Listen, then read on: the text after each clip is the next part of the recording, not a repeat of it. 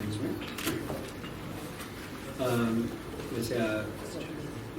हर साल हम करते हैं ये शो, और इस बार भी हमारे करीबन मार्ट और मिला के 3000 पार्टिसिपेंट हैं सारे वेन्यूज़ में। एंड जो हमने EPCH में, ये आपको पता है कि अभी जो ओवरऑल इंटरनेशनल सिनारियो है वो बिजनेस का थोड़ा सा रिसेशन की तरफ है, एंड ये ओवरऑल सारे सेक्टर्स में है। लेकिन हमने जो EPCH में जो मैंडेट लिया था कि हम फोकस करें, ऐसी चीज़ों पे फोकस करें जिससे कि हमारा ये जो ट्रेंड है, ये जो रिसेशन वाला ट्रेंड कम हो और हम ग्रोथ की तरफ जाएं। तो हमने EPCH में फोकस लिया था कि हम डिज़ाइन पे, एफिशिएंसीज पे, प्रोडक्टिविटी पे, पैकेजिंग पे, इन चीज़ों पे काम करेंगे ताकि हम दूसरे देशों को भी हम बीट कर सकें और रिसेशन को भी बीट कर सकें।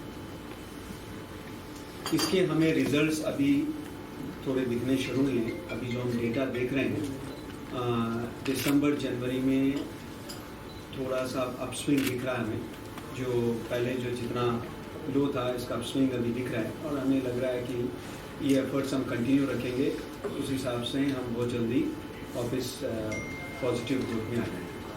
Emerging horizons navigating future trends. Emerging trends of cyber security changes and security services in digital era and many more. कल जो फेयर का इनॉग्रेशन है वो 4 बजे है, जिसमें हमारी चीफ गेस्ट जो रहेंगी Shrimati Darshana ji Jardosh, honourable union minister of state for textiles. 7 को हमारे सेमिनार है emergency horizons navigating future trends पे। 8 को हमारा crafting a circular future navigating sustainability carbon impact का है। 9 को creating online presence through effective digital marketing techniques. 10 को हमारा अवार्ड सेरेमनी है। Overall one source one stop source destination, ये जो फेयर है लेकर आ रहा है। काफ़ी उम्मीद है लोगों को, जिस तरीके से लास्ट 2-3 ईयर्स में एक मंदी का रहा, और जिस तरीके से पूरी टीम ने इस बार एफर्ट्स किए हैं लगातार फॉरेन बायर्स को लाने में, लगातार बाइंग एजेंसीज को टच करने में, लगातार 1-to-1 सबसे एक बॉन्डिंग करने में, मुझे उम्मीद है ये IGHF फेयर एक नई दिशा, माइलस्टोन सब लोगों को लेकर आएगा। एक्सपोर्टर्स को बहुत फ़ायदा मिलेगा और भारत की एक अर्थव्यवस्था बढ़ेगी। पिछले वर्षों से आप लोग हमेशा IGF को अपने अपने जो पब्लिकेशंस हैं उसमें खास तौर पर प्रकाश में लाते रहे हैं, जिससे कि हमारे हैंडीक्राफ्ट क्षेत्र को हमेशा सरकार की नज़र में आने का मौका मिला है। जैसे कि आप जानते हैं कि हस्तशिल्प के क्षेत्र में लगभग 67 लाख आर्टिस्ट पूरे देश में काम में लगे हुए हैं, और ये वो दर्जा है जो कि स्मॉल और वीकर सेक्शन ऑफ सोसाइटी से जुड़ा हुआ है, और इसमें लगभग 47% वीवर वर्क फोर्स इसमें काम करती है। अगर देखा जाए कोई भी ऐसा व्यवसाय जो अपने आप में सेल्फ एंटरप्रेन्योर के तौर पर शुरू किया जा सकता है, वो हैंडीक्राफ्ट का ही व्यवसाय हो सकता है। मात्र 5000 रुपये से कोई भी व्यक्ति हस्तशिल्प के क्षेत्र में अपनी प्रोडक्शन शुरू कर सकता है।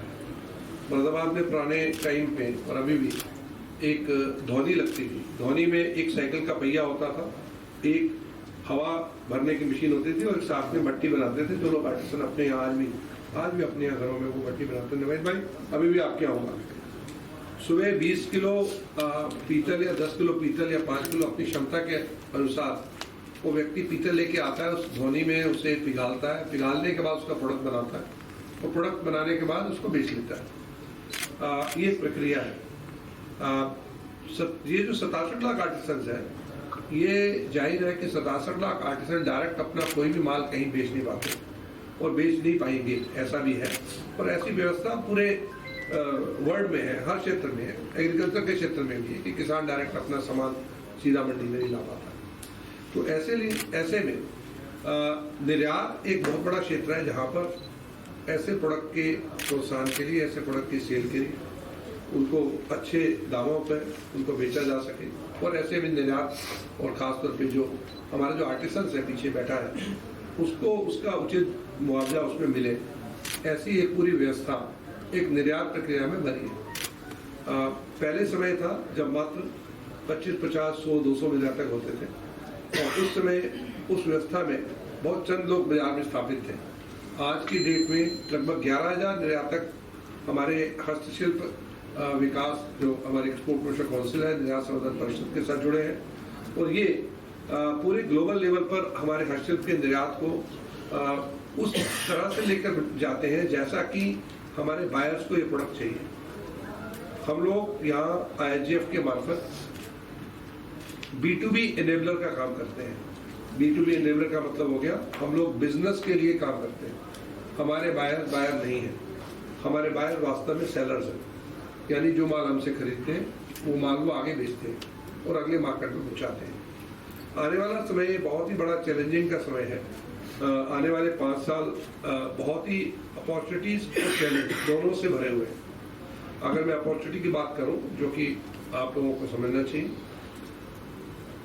कोविड के समय के बाद में पूरे विश्व में चाइना के प्रोडक्ट की डिमांड कम हुई है। ऐसे में पूरी वर्ल्ड मार्केट में बायर चाइना से हट करके माल खरीदने की बात कर रहा है।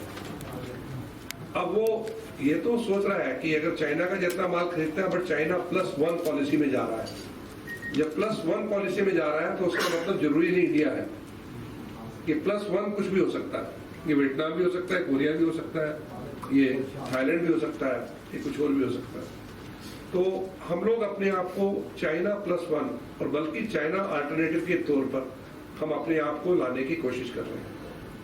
अगर आप यहाँ फेयर में आए तो आपको फेयर में देखने में आपको मिलेगा कि हमारी क्वालिटी, हमारा प्रोडक्ट, हमारी पैकेजिंग आज किसी भी वर्ल्ड के बेस्ट प्रोडक्शन सेंटर से मैच करती है और बायर इसके बारे में पूरी तरह से आश्वस्त है कि इंडिया से आने वाला माल वो आज से 20 साल पहले की तरह नहीं है कि दिखाया कुछ, भेजा कुछ, किया कुछ, ऐसा नहीं है।